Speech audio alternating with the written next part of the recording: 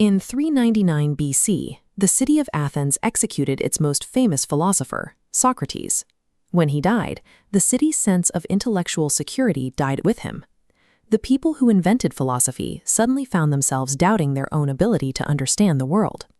One of his morning students was Plato. In the wake of his teacher's death, Plato rejected the physical world entirely, viewing it as inherently flawed and deceptive. He argued true reality existed only in perfect abstract ideas floating far above human life. Another student sitting in Plato's academy refused to accept that premise. A young Macedonian named Aristotle looked away from the heavens. He looked down. He became deeply fascinated by the dirt, plants, and animals crawling around him. This move from pure contemplation to cataloging the physical world shifted the focus of Greek thought from the abstract to the observable. Aristotle spent his time observing the most ordinary things imaginable: insects crossing a path, leaves falling from branches, and rivers cutting through stone. He treated every everyday occurrence as hard physical evidence.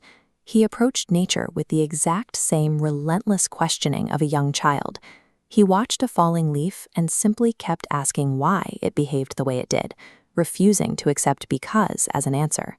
There is a massive assumption hidden inside that three-letter word. Asking why something happens implies that the universe possesses a discernible order. It suggests that nature actually follows a consistent set of rules. Before you can run an experiment or write down an equation, you have to trust that reality makes sense. You have to assume the physical world is speaking a language that human beings can eventually learn to translate.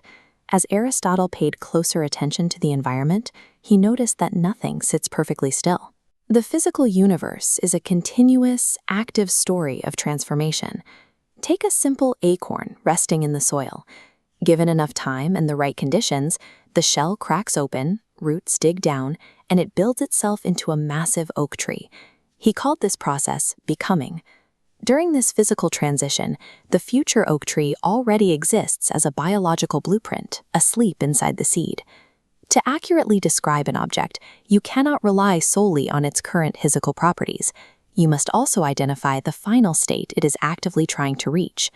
To figure out exactly how these transformations happen, Aristotle developed a mental toolkit. It is a precise, step-by-step system for reverse engineering reality, known as the four causes. The first step is the material cause, the raw physical stuff an object is made of. Next, the formal cause, the structural design giving the material its distinct identity. Third, the efficient cause, the active force physically triggering the transformation into the finished shape. And finally, the final cause. This is the ultimate purpose or meaning for which the object was created. Aristotle argued that identifying physical components and creators is only a partial explanation. To understand why a thing exists at all, we must also identify its specific intention, its reason for being. He applied this causal framework to every subject he could find. Working out of a school in Athens called the Lyceum, he systematically categorized hundreds of species, studied animal reproduction, and mapped out human political structures. He approached biology, physics, and ethics as deeply interconnected threads of a single coherent reality.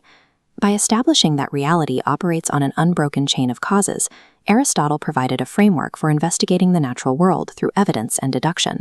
But there is a trap hidden at the bottom of this system.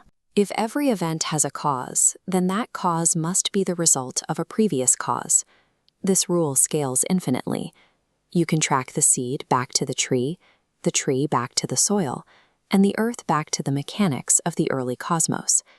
If you follow this ladder of explanation backward forever, you are eventually forced to look for the absolute point of origin, the first link that started the chain. The logic that explains the growth of a single acorn ultimately forces us to confront the question of why there is something rather than nothing.